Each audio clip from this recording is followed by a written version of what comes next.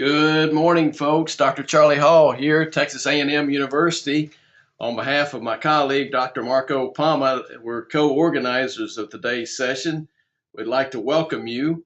And of course, right off the bat, I'd like to mention our other sponsors. Of course, the Texas Nursery and Landscape Association being one of those, and then some grant funding from the Southern Risk Management Education Center. Both of these entities help bring this webinar series to you. Today we've got a great topic in store, and I'll describe a little bit more about that here in a few seconds. So let me go through some logistical types of things before we get started. As you are aware, when you logged in, there was a control panel that popped up, and you can see there it's usually on the right-hand side of your screen. And that control panel can be used to modify how you are viewing the webinar on your respective computers.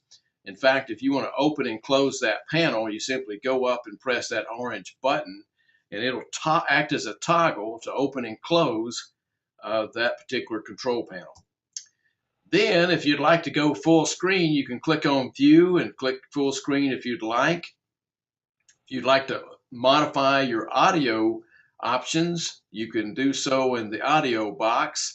If you're having some issues with your microphone and speakers, then you might select Use Telephone. And of course, it'll come up with a number for you to call, an access code, and then the audio pin. Now, as far as questions today, I'm going to be muting all the other microphones to eliminate any feedback issues that might occur. And so you're going to ask questions by typing those into the questions box. And some of those we can answer as the webinar goes on. Others will be addressed at the end of today's session.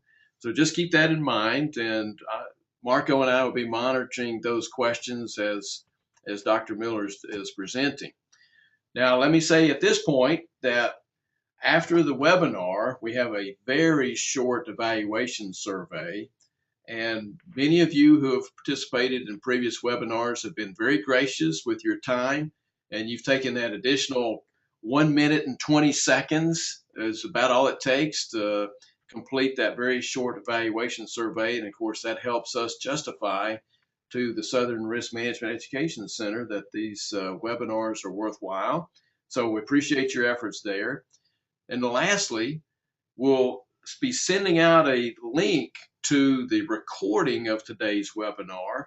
So if you get called off for an emergency and you can't make it all the way through, don't fret. Or if you have friends that you think might be interested in today's subject matter, you can basically provide them with a link to the recording, and they'll be able to view that afterward.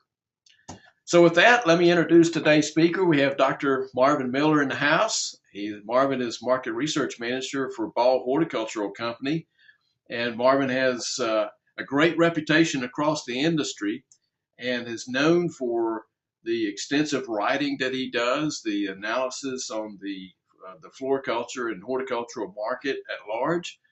And he's also been serving as the president of the American Bloom Board of Directors from ever since 2005, and has been involved with American Bloom since day one. Now, as part of his job, he interacts a lot with folks in terms of how they run their businesses and what data that they use to better understand the marketplace. And today he's going to be talking about using promotion to make more informed decisions and basically put your value proposition forward in a much better way so that you can resonate with consumers. So Marvin, I'm going to come up here and change presenter rights to you, and then you can take it off from here.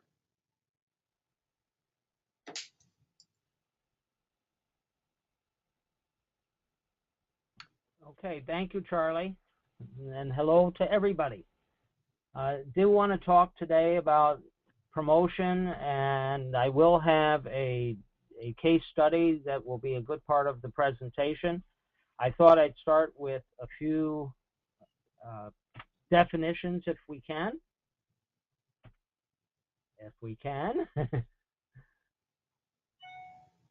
Okay. And I thought I'd go back to the beginning, as Charlie suggested, that with the definition of economics, and the one that I use most of the time is that economics is the study of the allocation of scarce resources. We often think of that in terms of our time or our capital, but anything that's a scarce resource in traditional agriculture, we will often talk about land as being a scarce resource as well, perhaps machinery or what have you. Another definition of economics that I thought was apropos for today's discussion is the study of the production, distribution, and consumption of goods and services. And with that definition, that would follow right into a marketing definition. And marketing we can define as getting the right product to the right people, which we would define as our target market or target audience, at the right place and time and for the right price.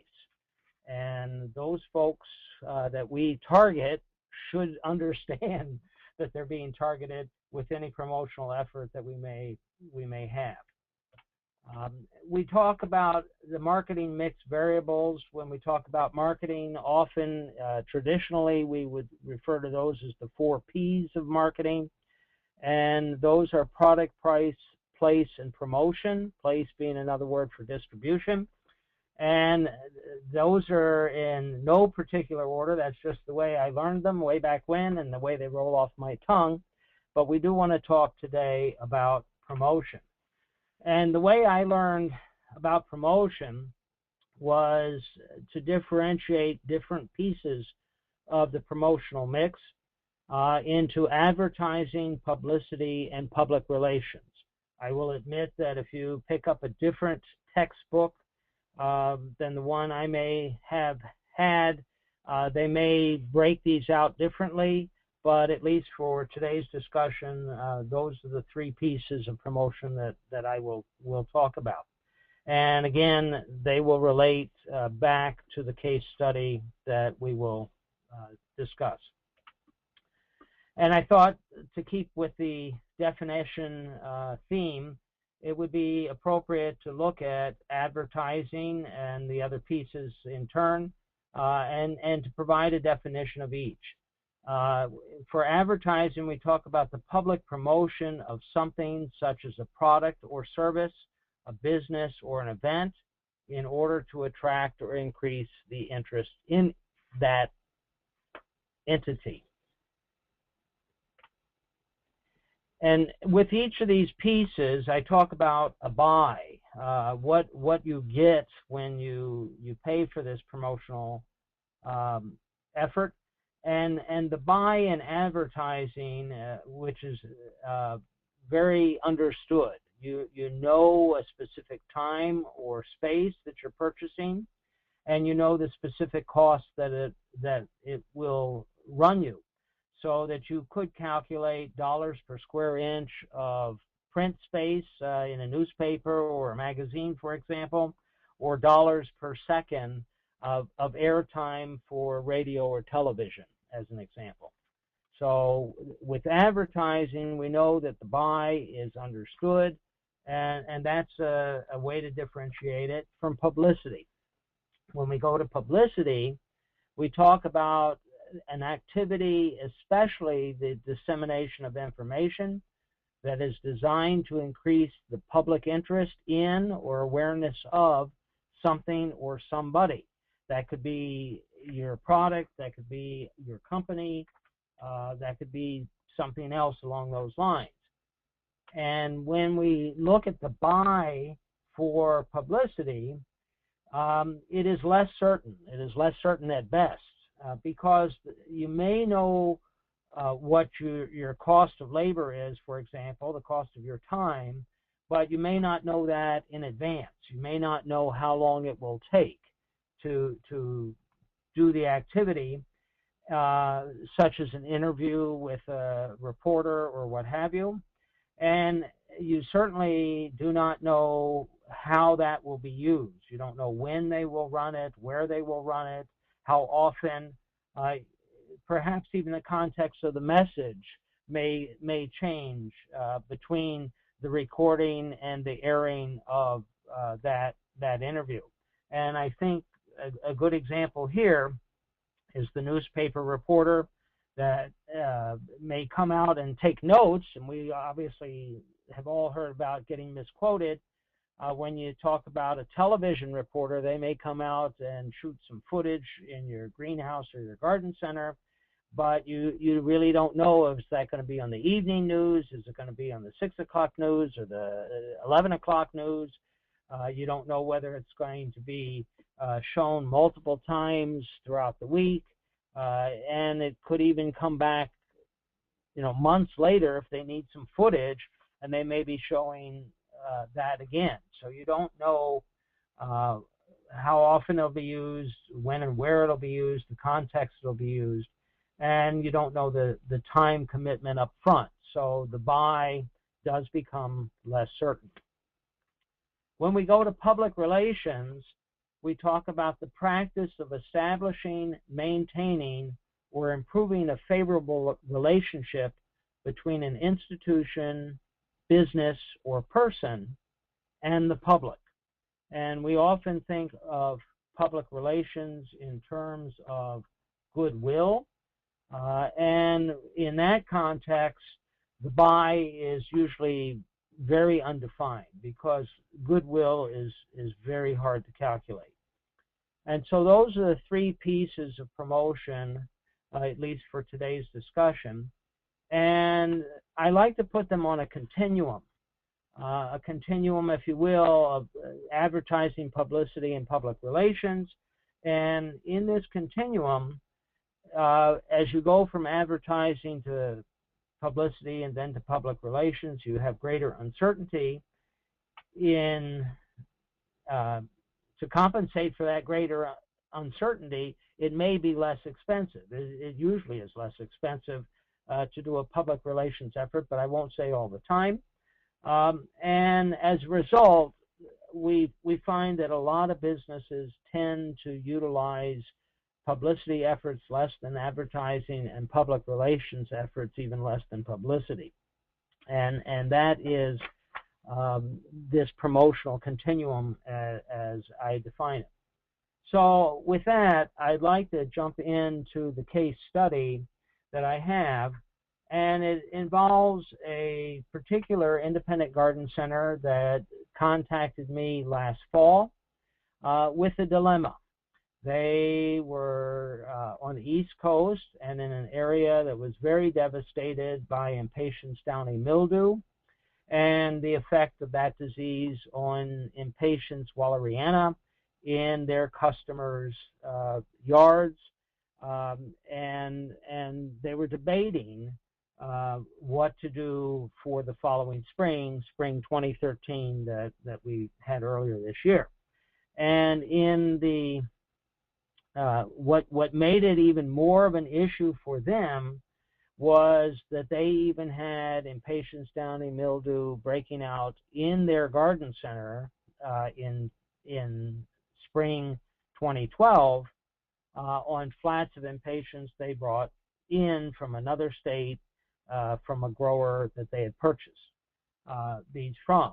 So of course they bagged them up and got them out of the garden center, but then they spent the months of June, July, and August giving refunds or store credits to their customers because in good conscience they couldn't argue in their mind that it just was from spores traveling in the air because they knew that they had it right in their garden center. So that was their dilemma, and they were in fact debating amongst the ownership and the staff about what to do going forward. For them, impatiens, common impatiens, impatiens walleriana, was the #1 bedding plant sold in the garden center.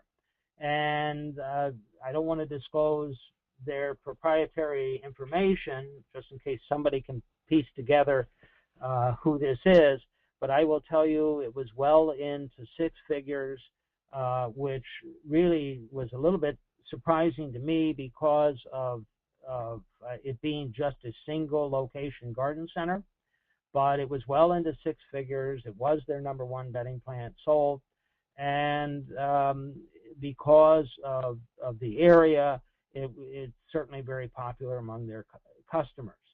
So they were debating, should they carry Impatiens walleriana and risk customer failure, or not carry them and risk losing business to their competitors.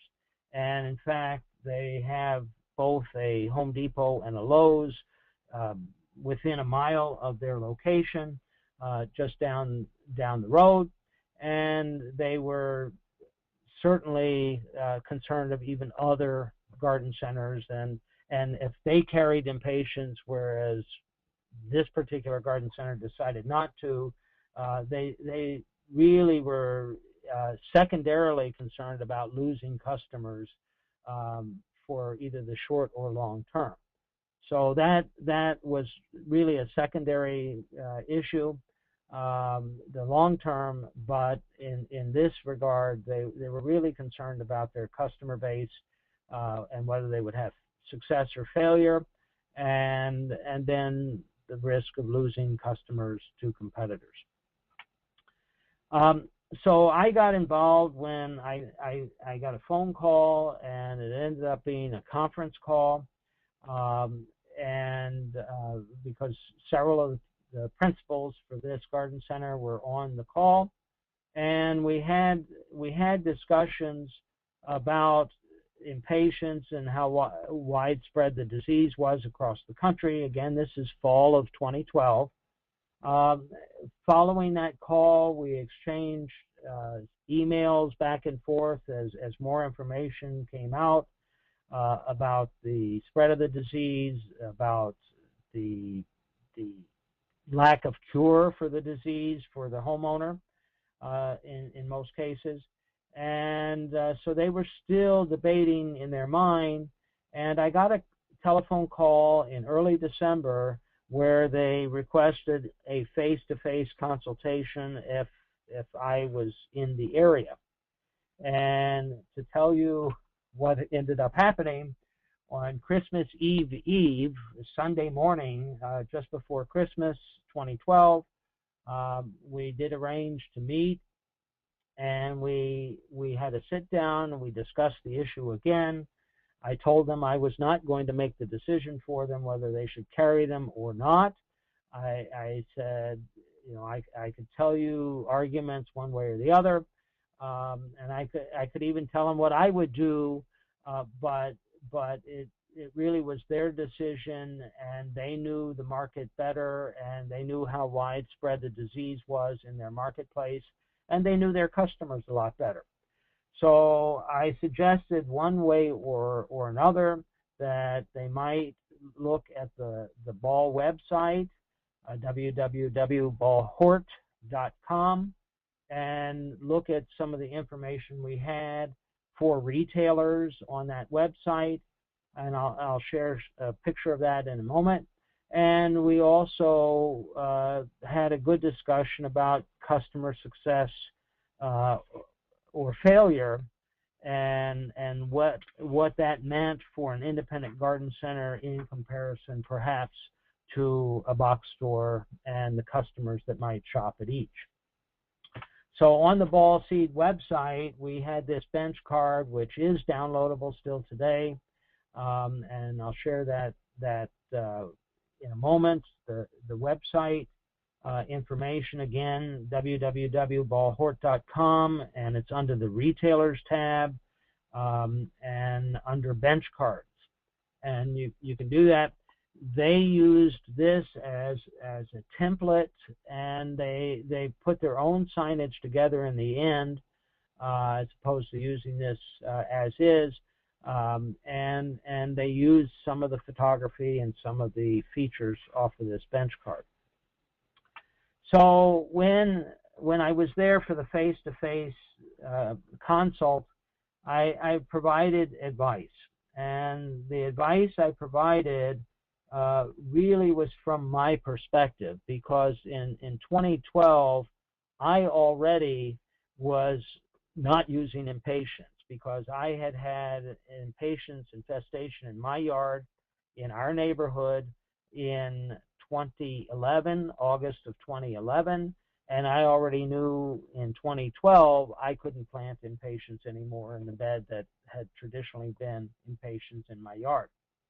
So I said, you know, I had the advantage of having a horticulture background and being very involved with landscaping and gardening. But I said, for most of your customers, you're probably going to have to hold their hands. You're going to have to discuss alternatives. It would be great if you could show them photos of some of these alternatives, perhaps even in landscape settings, as opposed to just a picture of a plant alternative, because you'll have the alternatives that you're going to sell there, whether or not you include impatiens in the mix or not. You'll have alternatives. I encourage them to be very available, and I encourage them to look at an upcoming article that was in the January issue of Green Profit magazine, and I'll share that link in a moment as well. But what I stressed was, do not assume the customers will migrate on their own to an alternative. That they really needed to be there, hold their hand, explain the differences in culture for different things they might grow, and specifically to be available. Okay, so here is the link. It's not a live link, but you certainly can copy that and paste that and put that in your web browser. And there's the start of the article that was in the January Green Profit there in the lower corner. And you'll see that photo, and that photo is kind of key to the story where I'm going next. I use the word drama. I use the word drama in the article, and to be honest, that word came from this picture. This is the front of my house. And you'll see that I had in 2012 quite a planting of caladiums. There's some Dusty Miller in there. There's some redhead coleus is what you see there, and it curves around behind some of the caladiums. And there were some snapdragons, just miniature snapdragons in the front on the edge. But really, most of the color was without blooms in the traditional sense. And I was out weeding on a Sunday morning, 5:30 in the morning, and the newspaper delivery lady who was delivering the paper to one of my neighbors, I don't even get the Sunday paper, she pulls into my driveway, turns off her engine, winds down her window, calls me over, and she said, "I want to know what that is in that bed." And I said, "Well, it's a combination." She says, "The heart-shaped things, what are those?" Because they've been dramatic all summer long. And that's where that word drama came into my mind, and that's central to the story, because I don't think that's a normal word that somebody short of a landscape designer would use to talk about a flower bed or a landscape. I certainly, debated that word in my mind for a number of weeks. Why did she use the word dramatic? And it reminded me of the adage we talk about in marketing, that the customer really does not want to buy a drill. They want the hole that the drill makes, but they don't really want to buy a drill.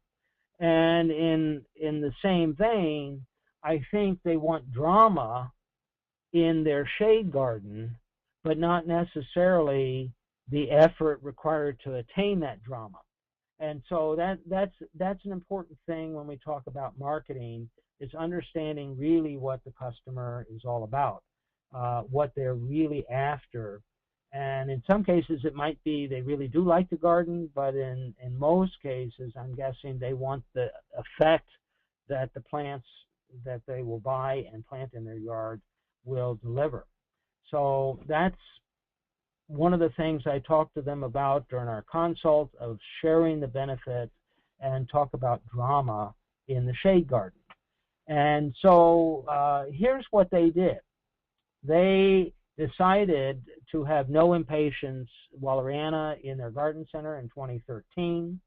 They displayed information about why, again, adapting the bench card into some signage. They had a large display of alternatives. They had a handout with the alternatives listed where they reiterated a little bit about the disease and why there were no impatiens. And they provided a picture book which showed landscape photos featuring some of the alternatives that they had in the garden center. They did an immense job of training staff. The senior staff certainly was well educated on the disease and the impact as well as the culture of alternatives, but they went so far as telling all of the staff that if somebody calls on the phone, if somebody comes up to you and asks a question, if you have any doubt of the answer, please consult one of our senior staff people. And they specifically even told their switchboard operator, the secretary who answers the phone, to direct all calls about impatiens downy mildew or shade in alternatives to one of the senior staff people. And customer service, I have to say, was a big part of this as well. In fairness, to tell the rest of the story, I will tell you they also put in price increases for the 2013 spring season. They had about a 20% increase in 4.5-inch product, and they had about a 25% increase in vegetables and herbs in their garden center for 2013. And I put those there just in fairness to what I'm going to tell you later. Okay, so let's tie the pieces of their promotional effort back to our 3 pieces of promotion. And in advertising, I will tell you they ran their normal spring ads, which includes network television, CBS, NBC, ABC, and Fox. They also advertise on cable TV. They also do radio, and they also do newspaper. But in all of that normal advertising, nowhere did they talk about impatiens downy mildew or alternatives for the shade. That was just the normal spring ads. Please come to our garden center for a great selection of plants and garden accessories. So that was that. At the point of sale, at the point of purchase, they certainly had information about impatiens downy mildew. They certainly had information about alternatives, and they had a handout.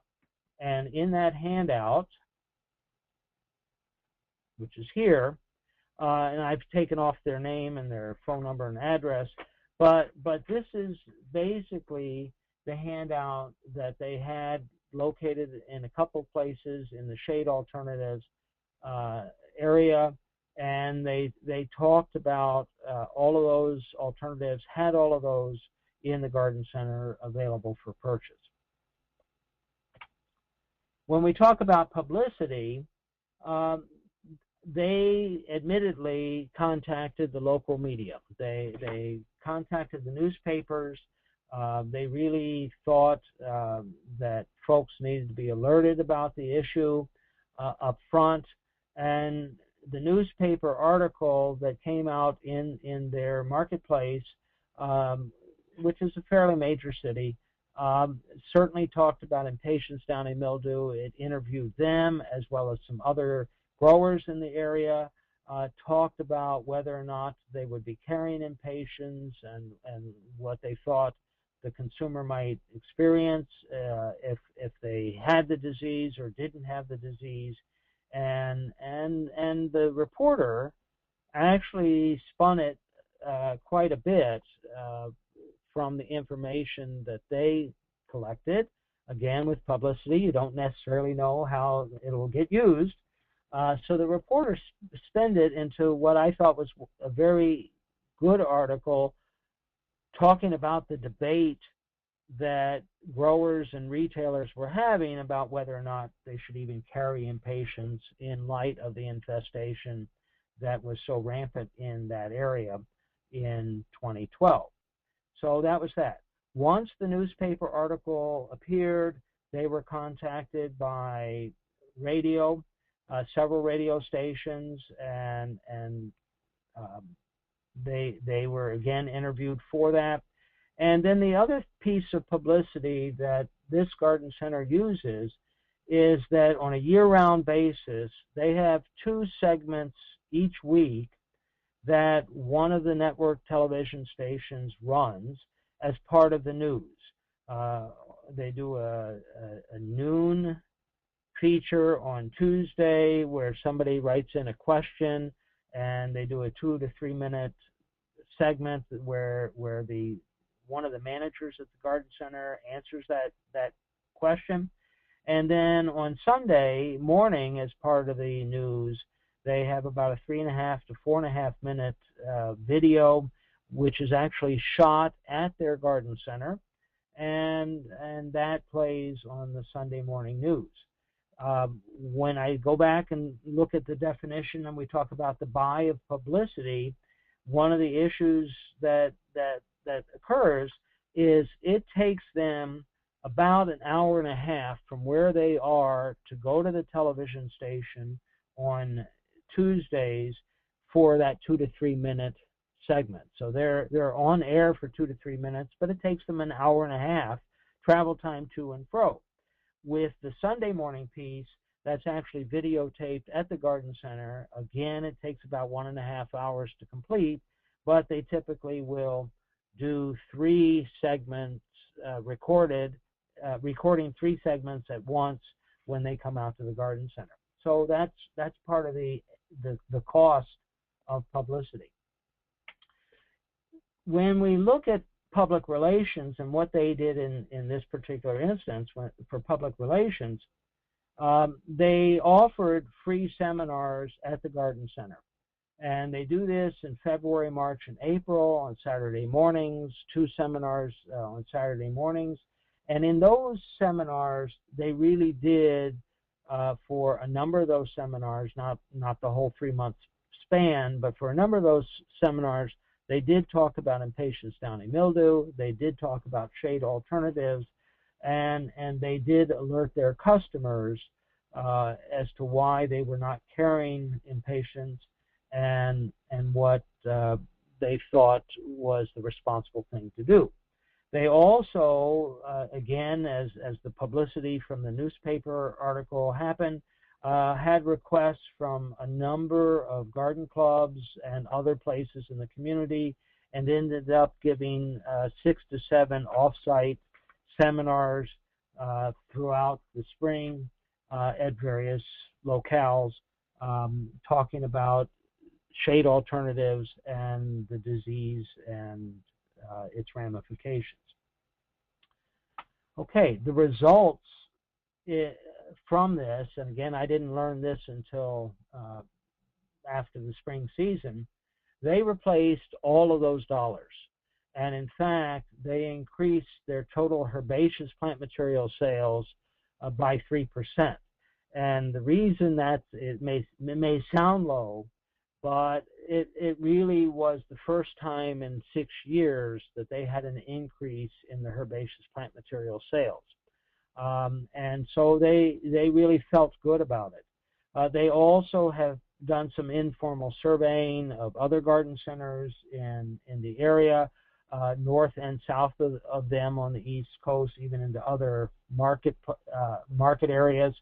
And in almost all cases, when they've talked to other garden center managers, they've actually had a decline in sales of herbaceous material this last spring, and they attributed that to the lack of impatient sales and people just not picking alternatives.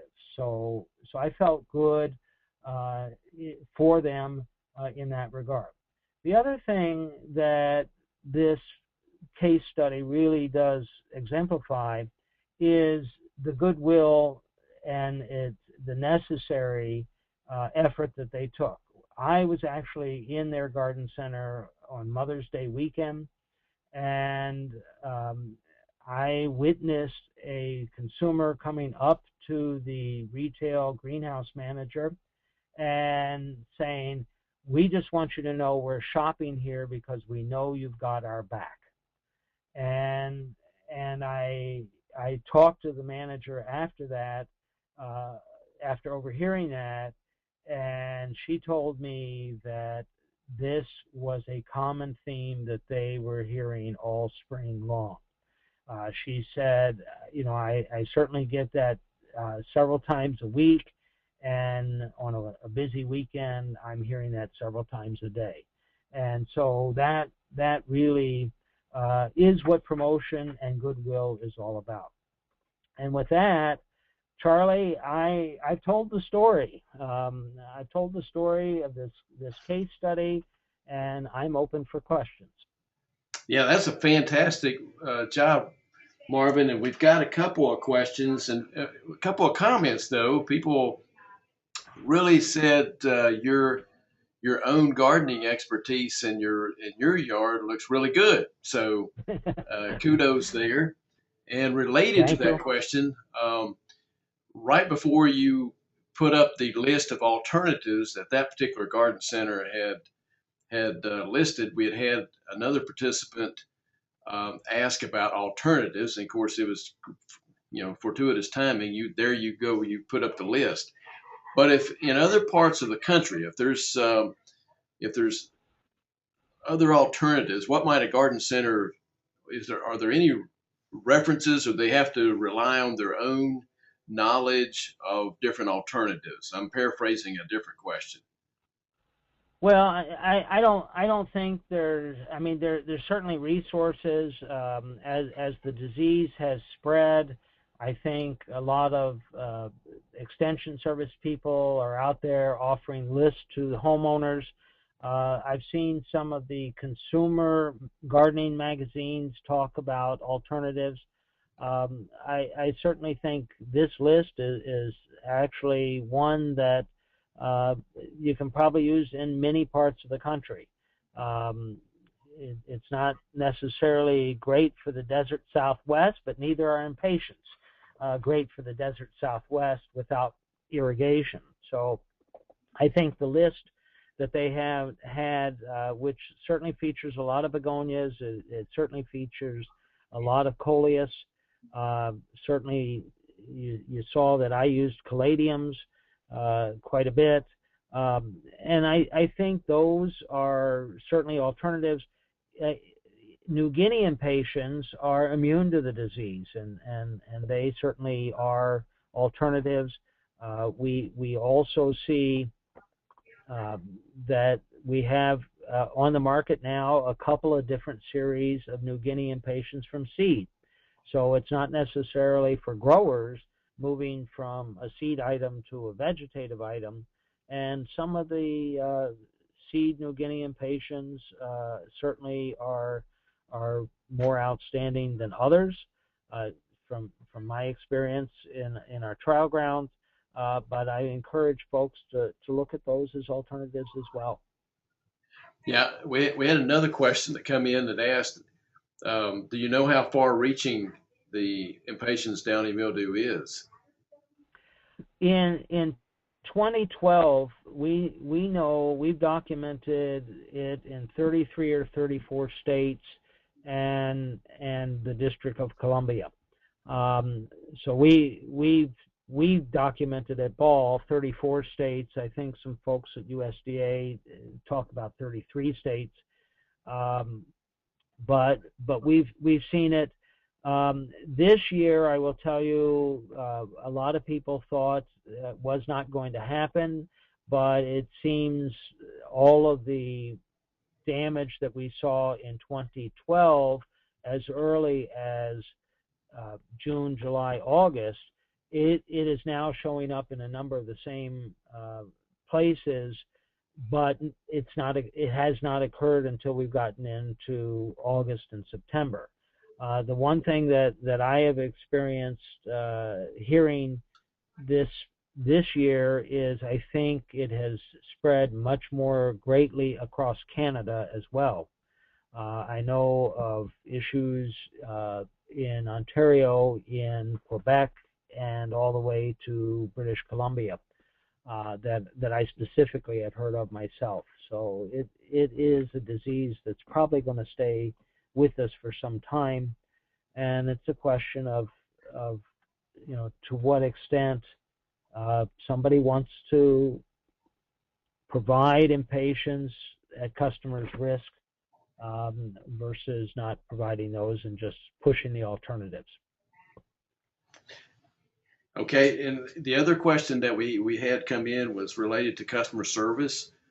And basically they're asking, you had mentioned about the importance of customer service and wanted you to elaborate a little bit on that. Okay, good question. The customer service piece was really one that I'm going to approach it from two perspectives. When I was there on the Mother's Day weekend, I was actually traveling with another person from Ball, and I've been at Ball for 30 years.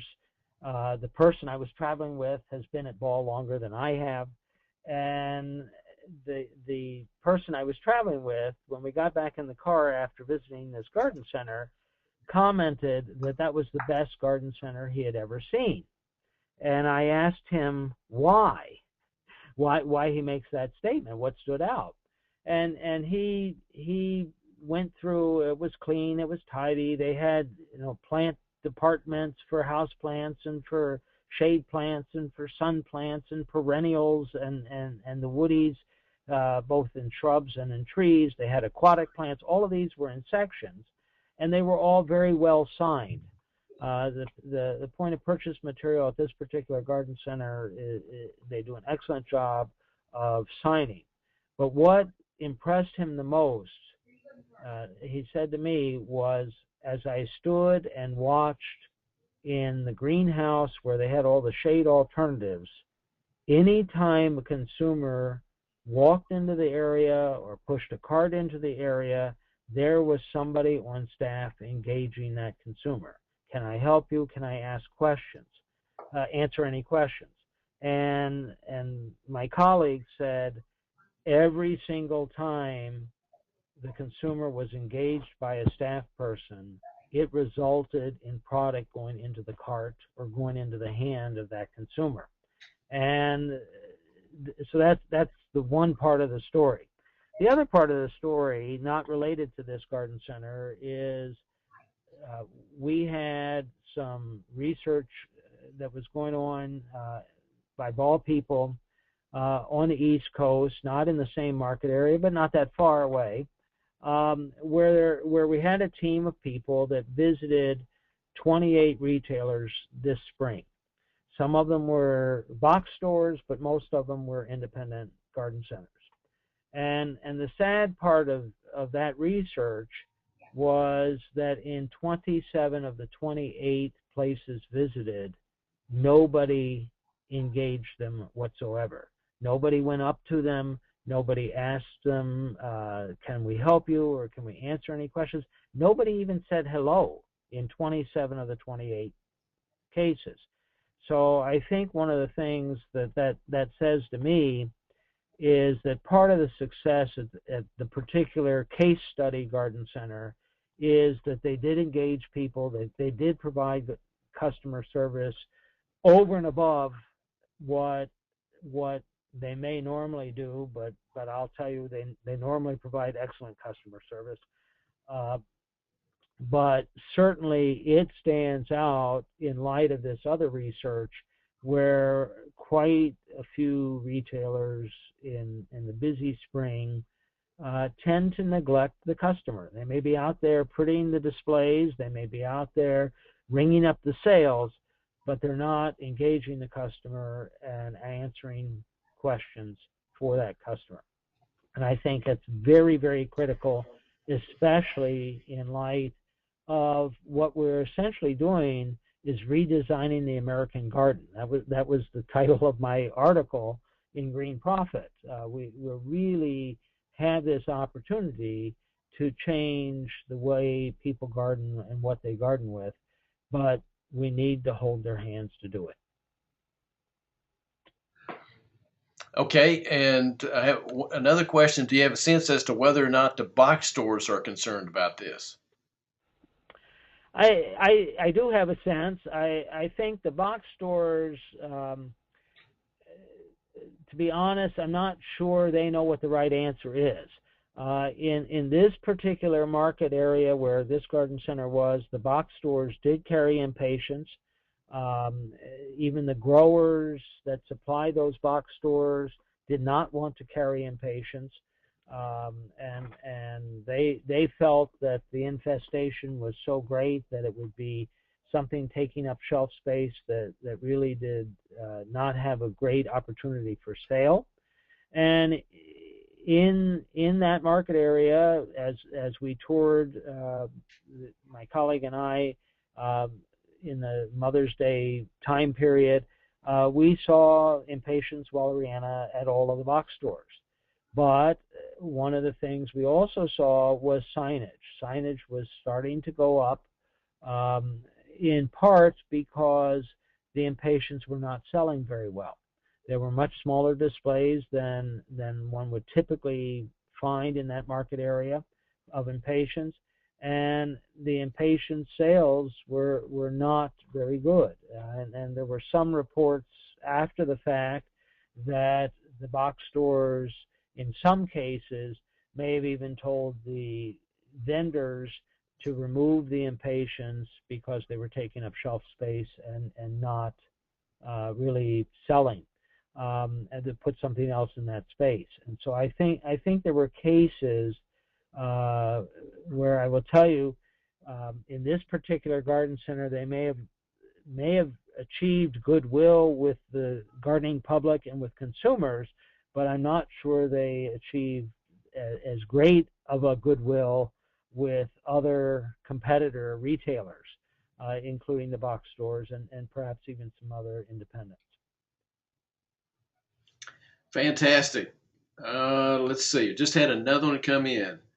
Garden center staff needs to use the 10-foot rule. Any customer within 10 feet of you will be greeted, assisted, and helped.